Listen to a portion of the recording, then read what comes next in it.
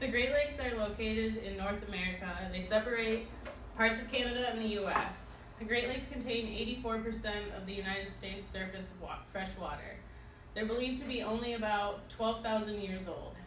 There's an easy way to remember all of the Great Lakes by the mnemonic homes. First one's Lake Huron, Ontario, Lake Michigan, Erie, and Superior.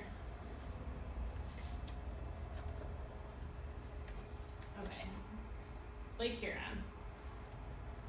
The name Lake Huron comes from the early French explorers that named it from the Huron people that inhabited the region.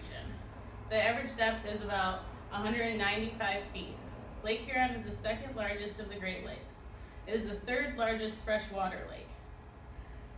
Like the other Great Lakes, it was formed by melting ice as the continental glaciers retreated toward the end of the last ice age, sorry. More than 1,000 shipwrecks have been recorded in Lake Huron.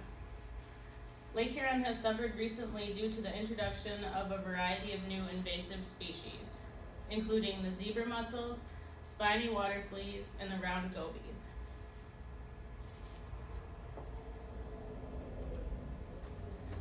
Lake Ontario. The average depth is 282 feet. It's the last in the chain, and it serves as an outlet into the Atlantic Ocean through the St. Lawrence Seaway. Commercial fishing used to be very important to Lake Ontario, but recently has been destroyed mostly by overfishing. It is surrounded on the northwest and southwest by the Canadian province of Ontario. As of 2012, nearly 50 people have successfully swam across the lake.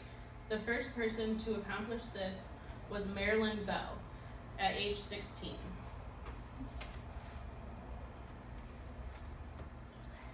Lake Michigan is the third largest lake by surface area.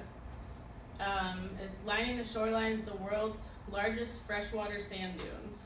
The average depth is 295 feet. Lake Michigan touches Indiana, Illinois, Michigan, and Wisconsin. The Mackinac Bridge connects Michigan's upper and lower peninsula at the straits between Lake Huron and Lake Michigan.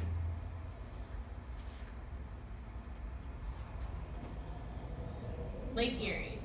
Lake Erie is the fourth largest of the Great Lakes.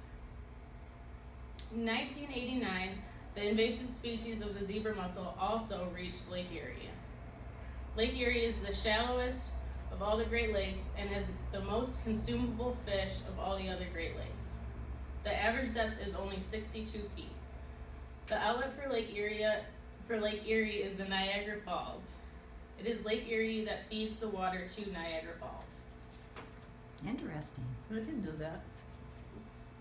I bet the people at Max did. Oh, yeah. Lake Superior, the largest of the Great Lakes. Its average depth is about 483 feet. Lake Superior empties into Lake Huron via the St. Mary's River and the Sioux Locks. The Sioux Locks were built to enable ships to bypass the rapids to overcome a 25-foot height difference between Lake Superior and Lake Huron.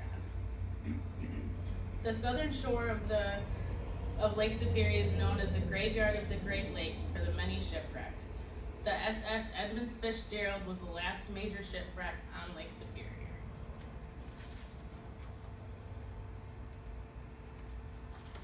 I hope you enjoyed my speech about the Great Lakes, and I hope you learned something.